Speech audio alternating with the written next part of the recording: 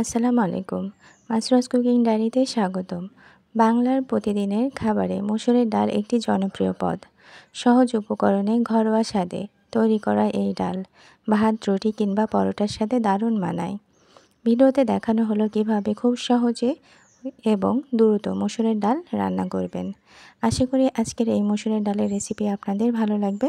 চলুন তাহলে শুরু করি কিভাবে আমি বানিয়েছি। আমি 1 বাটি মসুরের ডাল নিয়েছি। এখন এই মসুরের ডাল আমি পরিষ্কার করে পানি দিয়ে ধুয়ে নেব। হাত দিয়ে কষলে খুব সুন্দর করে পানি দিয়ে ধুয়ে নিতে হবে, কারণ মসুরের গায়ে অনেক ময়লা থাকে। আমি পানি চেঞ্জ করে 3 বার পানি চেঞ্জ করে মসুরের ডালগুলো ধুয়ে নিয়েছি, ঠিক এরকম করে। এখন চলেন মূল রান্নায় চলে যাই। এখানে আমি প্যানে 1.5 টেবিল স্পুন সাদা তেল নিয়েছি।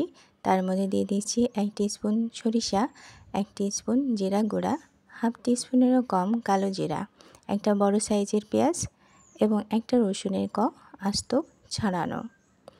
এটা লাইট গোল্ডেন করে ভেজে নেব।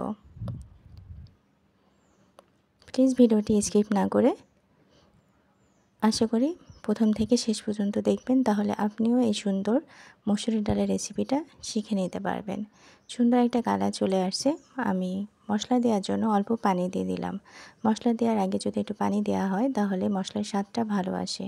দিয়ে দিলাম 1 টিস্পুন শুকনো মরিচের গুঁড়া, 1 টিস্পুন ধনিয়া গুঁড়া, হাফ টিস্পুন জিরা গুঁড়া, হাফ টিস্পুন গরম মশলার গুঁড়া, পরিমাণ মতো লবণ।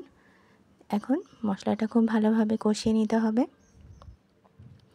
মশলা যত ভালোভাবে কষানো হয় খাবারের স্বাদ তত ভালো আসে। এই পর্যায়ে আমি একটা লাল টমেটো কুচি দিয়ে দিচ্ছি। এই ডালের মধ্যে টমেটোটা দিলে খুব সুন্দর একটা ফ্লেভার আসে, যেটা খেতে খুবই ভালো লাগে। দিয়ে দিলাম পরিমাণ মতো লবণ। মশলা থেকে যখন তেল ছেড়ে দেবে তখন ধরে নিতে হবে যে খুব সুন্দরভাবে মশলাটা কষানো হয়ে গেছে। খুব সুন্দর একটা কালার আসছে, তেলও ছেড়ে দিয়েছে। এখন আমি মসুরের ডাল দিয়ে দিচ্ছি। মসুরের ডালটা মশলার সাথে খুব ভালোভাবে কষিয়ে নিতে হবে। আমি মসুরের ডালটা 3 থেকে 4 মিনিট খুব সুন্দর করে কষিয়ে নিয়েছি।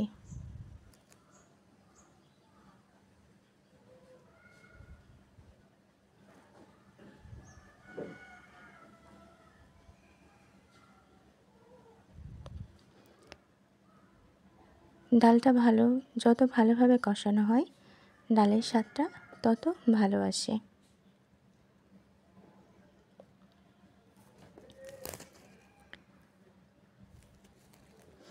দিয়ে দিচ্ছি পরিমাণ মতো রান্নার জন্য বা সিদ্ধর জন্য পানি। অবশ্যই গরম পানি দিবেন, তাহলে খুব অল্প সময়ে রান্নাটা হয়ে যাবে। রান্নাটা পানি দেওয়ার পরে আমার 10 মিনিটেই রান্নাটা হয়ে গেছিলো।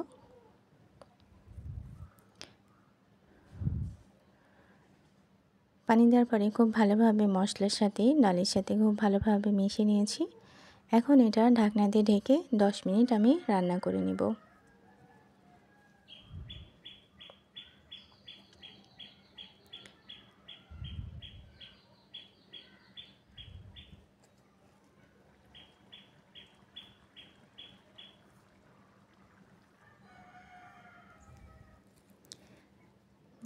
ঢাকনাটা উঠিয়ে নিয়েছি।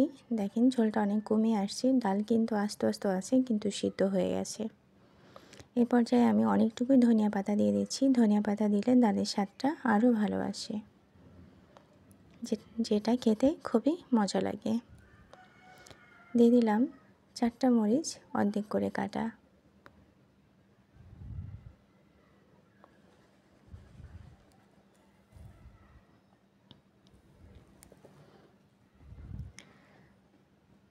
সব কিছু পারফেক্ট আছে,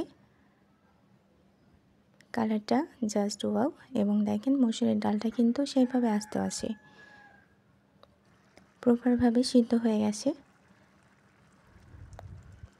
আশা করি আজকের রেসিপি আপনাদের ভালো লেগেছে। যদি ভালো লেগে থাকে প্লিজ একটা লাইক দিয়ে দিবেন আর কমেন্টস করে জানাবেন কেমন হলো। আপনার সুন্দর মতামত আমার সামনের দিকে যেতে সাহায্য করবে। ডালটা পরিবেশন করে দেখাচ্ছি। এখানে আমি একটা মাটির পাত্র নিয়েছি আর তার মধ্যে ডাল দিয়ে দিচ্ছি। দেখেন এখানে কিন্তু বাড়তি কোনো রস নাই, ডাল পুরোটাই টেনে নিয়েছে এবং ডালটা আস্তে আস্তেও আছে, আপনারা দেখলে বুঝতে পারছেন।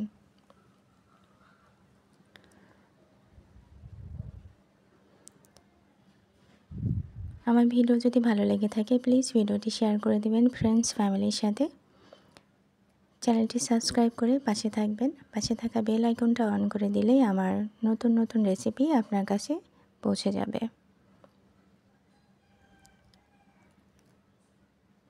সবাই সুস্থ থাকুন, ভালো থাকুন। আবার দেখা হবে নতুন কোনো ভিডিওতে। আল্লাহ হাফেজ।